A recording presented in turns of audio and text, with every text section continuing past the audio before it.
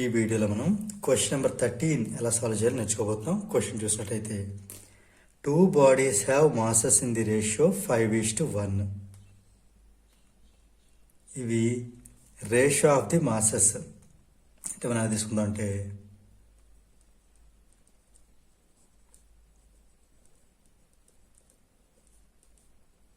Five is to one అంటే ఒక దాని మాస్ m1 అనుకుంటే ఇంకో దాని మాస్ m2 అనుకుందాం.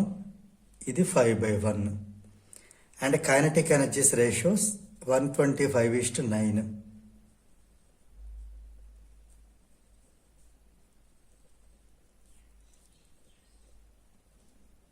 అంటే కైనెటిక్ ఎనర్జీ రేషియో అంటే కేఈ ఆఫ్ బాడీ 1 దాన్ని కేఈ1 అంటున్నాను, కేఈ ఆఫ్ బాడీ 2 అది కేఈ2 125/9. ఇది ఇచ్చి మనకి ఫైండ్ అవుట్ చేయమంది ఏంటంటే రేషియో ఆఫ్ దర్ వెలాసిటీస్ అంటే v1/v2. ఇది క్వశ్చన్ మార్క్. రైట్, ఇక మనం ఇది యూజ్ చేసుకుందాం. Ratio of kinetic energy of first body ఏమవుతుంది, హాఫ్ mv². అయితే ఇక్కడ దీని మాస్ m1 కాబట్టి m1, వెలాసిటీ v1 కాబట్టి v1 half m1 v1² by, అలాగే kinetic energy of the second body మామూలుగా అయితే హాఫ్ mv². ఇది దీనికి మాస్ 2 అంటే రెండింటికి మాస్ డిఫరెంట్గా ఉన్నాయి కాబట్టి m1 m2.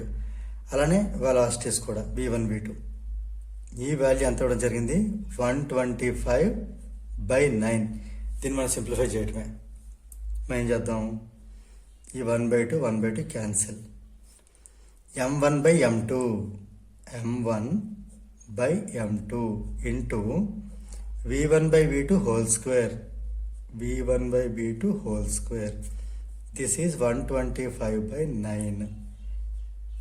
ఇందులో మనకి m1/m2 అంటే 5/1 రాద్దాం. అక్కడ 5/1 ఇంటూ ఇది మనం ఫైండ్ అవుట్ చేయాల్సింది, యాజ్ ఇట్ ఈస్ అలానే ఉంచుదాం. ఇది 125/9.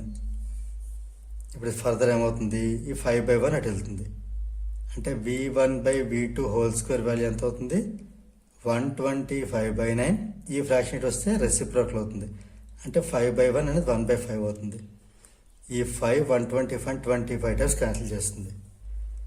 ఈ 25 ఏమని రాద్దాం 5², ఈ 9 ఏమని రాద్దాం 3², రెండు కలిపి 5/3 హోల్ స్క్వేర్.